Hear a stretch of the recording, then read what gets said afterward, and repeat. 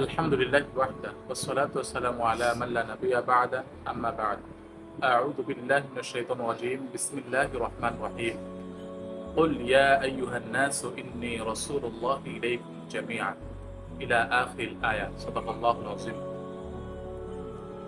প্রিয় সুধী, যে যেখান থেকে আজকে আমরা এই ভিডিওটি দেখছেন সকলকে আমার অন্তরস্থল থেকে মুবারক।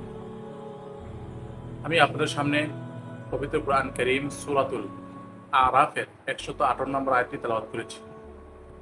আল্লাহ রাব্বুল আলামিন তার হাবিব সাল্লাল্লাহু আলাইহি ওয়াসাল্লামকে পবিত্রময় রবিউল আউয়াল মাসের মক্কাতুল মুকাররমায় আরব ভূখণ্ডে প্রেরণ করেছেন।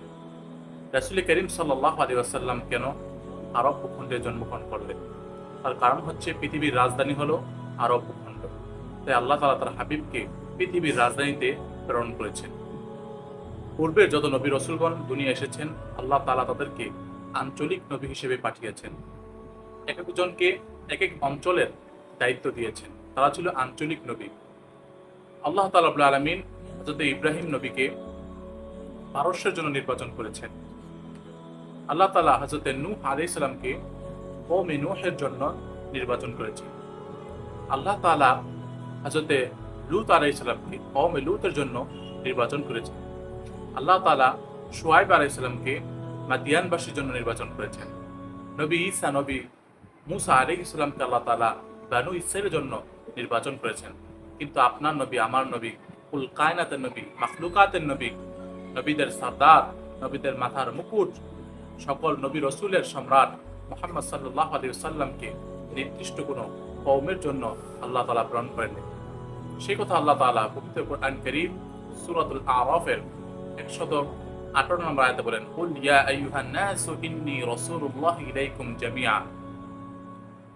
হাবিব মুহাম্মদ সাল্লাল্লাহু আলাইহি ওয়াসাল্লাম, আপনি ঘোষণা দেন পৃথিবীবাসীকে, আমি মুহাম্মদ সাল্লাল্লাহু আলাইহি ওয়াসাল্লাম নির্দিষ্ট কোনো কওমের জন্য নয়, নির্দিষ্ট কোনো জাতির জন্য না, আমি রাসূল হলাম সবার জন্য। আল্লাহ তাআলা রাব্বুল আলামিন পবিত্র কুরআন কারীম সূরাতুল ফাতিহায় নিজেকে রব পরিচয় দিতে গিয়ে বলেন, আলহামদুলিল্লাহি রাব্বিল আলামিন।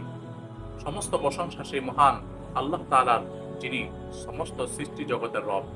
আল্লাহ তাআলা নিজেকে রব পরিচয় দিতে বলেন রব্বিল আলামিন, তিনি সকল সৃষ্টির রব। আল্লাহ তাআলা তার হাবিবের ক্ষেত্রে একই কথা বলেছেন, ওয়ামা আরসালনাকা ইল্লা রাহমাতাল লিল আলামিন। হাবিব মুহাম্মদ সাল্লাল্লাহু আলাইহি ওয়াসাল্লাম, আমি আপনাকে প্রেরণ করেছি পৃথিবীর সৃষ্টি জগতের রহমত হিসেবে। আল্লাহ তাআলা যেমন রব্বিল আলামিন, আপনি হলেন রাহমাতাল লিল আলামিন।